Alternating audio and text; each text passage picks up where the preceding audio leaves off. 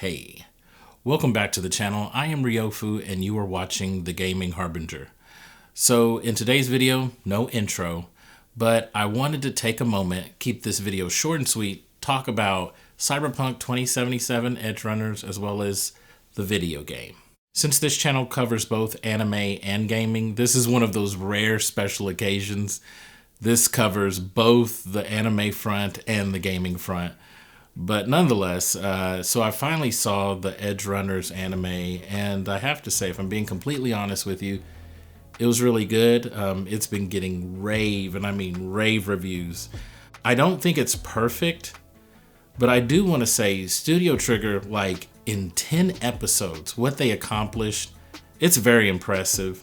And in terms of like following the lore, the themes, and the concepts, like just the hypersexualization that's within the game, as well as just the coldness of the world and the violence.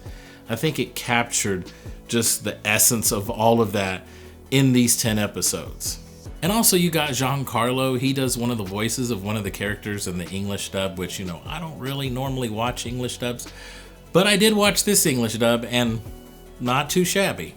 And by the way, this is Studio Trigger's most violent series to date. And I have to give them props for this because they literally wanted this series to match and fit into the world of Cyberpunk. So really kudos to them, because I feel like they really nailed it in terms of the spirit of the game. Even the creator of Cyberpunk really likes the anime and says it's coming right out of his head. Pretty impressive if you're getting that kind of props. This anime has been so impactful.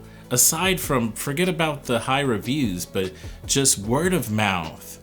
It has been so good, it has been so moving that it has affected the sales of the game. And that is incredible. I mean, this is really unusual. I'm kind of really at a loss for words. Somehow they managed to like come out with this series, you know, nearly 2 years later. And by the way, I do have to give props and respect to CD Projekt Red for not only just head down, keep working hard on patches and updates and just keep improving the game, but also still working on DLC for the game despite all of the backlash, despite all of the negative press. They have been pushing forward. You know, in some ways, this is what I was hoping. What's happening right now with Cyberpunk is what I was hoping what was going to happen with Halo Infinite in terms of the multiplayer. I hate for Steam to be the basis of anything, but Steam concurrent players of Cyberpunk has shot through the roof, as well as sales of the games have gone through the roof. It's really crazy. And like I said, CD Projekt Red, again, they've worked so hard on this game, even with all the bugs and everything. When I first initially started it, I mean, I could see how much effort went into the lore, how much effort went into side quests, just every little aspect of the game. It wasn't just this simple futuristic game. You know, they put a lot of effort into it, put a lot of effort into the characters, put a lot of effort into the themes and the concepts and ideas. And it, to be honest with you, it's good. It makes me actually happy to see this happening because they deserve it. They really do. In fact, I want to take this moment like the soundtrack for Cyberpunk. I've never said this in any of my other Cyberpunk videos, but the soundtrack for Cyberpunk, I mean, it is fire, man. It is fire. I mean, of course, I know there's layers to it. Like, it depends on what kind of music you ride with. It depends on what you're into.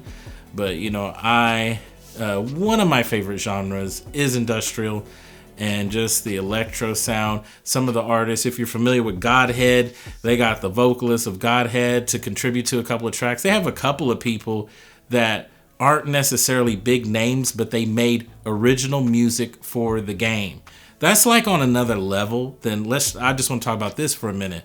That's on another level than what you see from Grand Theft Auto, where they're just getting a shit ton of licensed music and just, you know, throwing money at the record labels and saying, here, we're going to put this in our game and bam, we're done.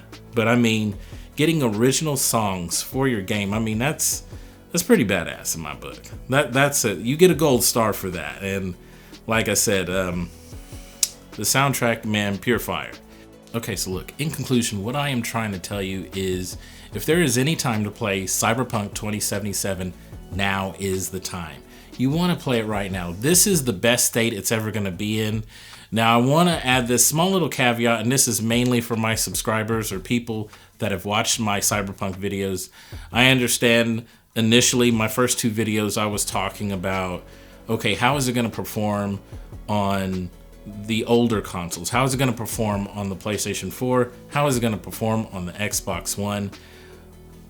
Now I almost said unfortunately, but now I have a Series X and I have a PlayStation 5.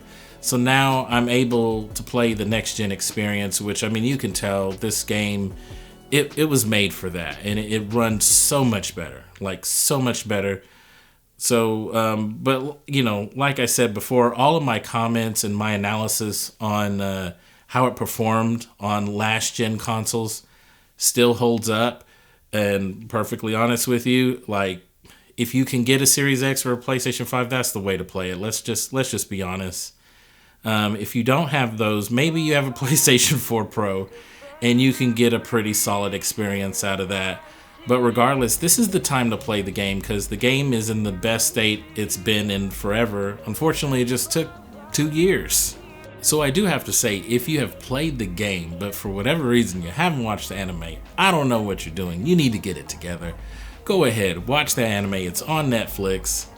It's pretty solid and it's short. It's only 10 episodes long, and we're not talking about like hour episodes. This isn't Game of Thrones, so you know you can knock this one out real quick. I did, and you won't be disappointed. It was pretty solid, and within a short amount of time span, they managed to capture the spirit of everything, tell, you know, somewhat of a tragic story.